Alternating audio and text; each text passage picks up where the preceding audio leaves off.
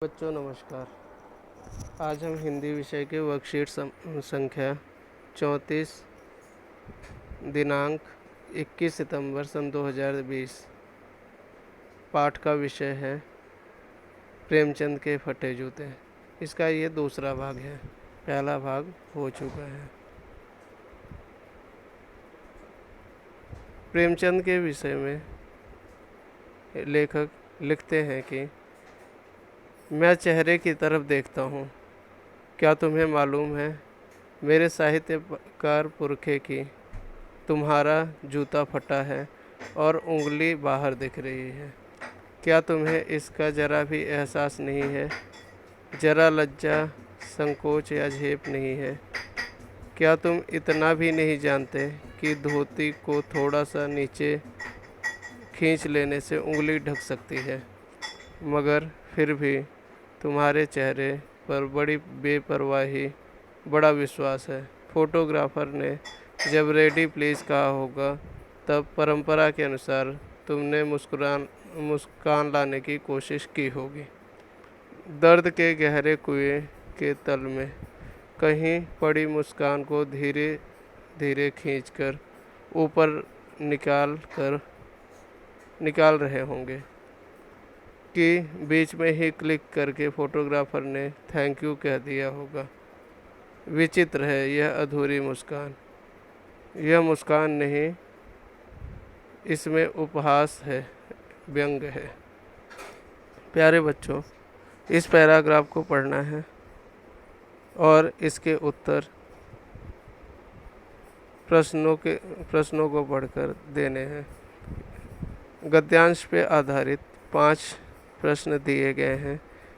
पहला प्रश्न है, साहित्यिक पुरखे किसे कहा गया है? आप अपने पुरखे के बारे में क्या जानते हैं? तो इसका उत्तर है साहित्यिक पुरखे प्रेमचंद को कहा गया है।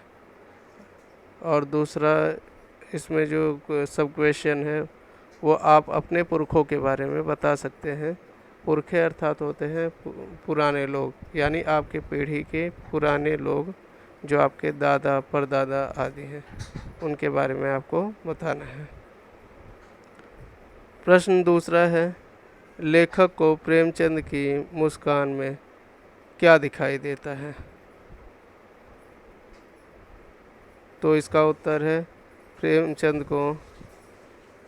प्रेमचंद की मुस्कान में उपहास और व्यंग दिखाई देता है। प्रश्न तीसरा है, लेखक के अनुसार प्रेमचंद ने फ़ोटो क्यों खिंचवाया होगा? आप अपनी फ़ोटो कब खिंचवाते हैं? तो लेखक के अनुसार प्रेमचंद ने फ़ोटो अपनी बीवी के कहने पर खिंचवाया होगा। और आप कब फ़ोटो खिंचवाते हैं, इसका उत्तर आप अपने आप दे सकते हैं। प्रश्न चौथा है, लेखक को ऐसा क्यों लगता है कि ऐसे फ़ोटो खिंचवाते हुए प्रेमचंद को लज्जा, संकोच या झेप होना चाहिए था?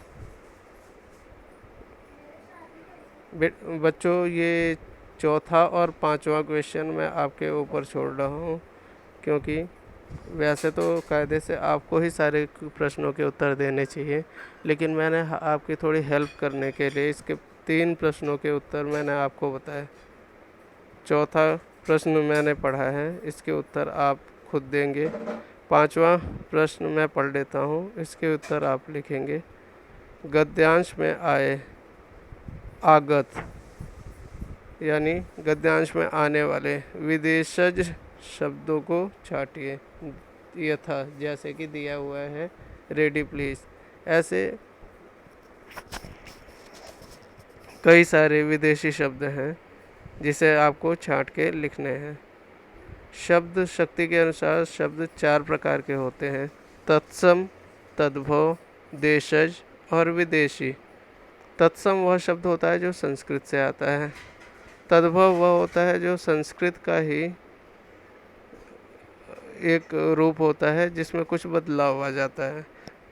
और देशज यानी जो ग्रामीण भाषा के जो शब्द होते हैं उसे देशज कहते हैं। तथा विदेशी विदेशी शब्दों में अंग्रेजी के, उर्दू के, फारसी के, हिंदी में जो शब्द प्रयोग किए जाते हैं उसे विदेशी शब्द कहते हैं।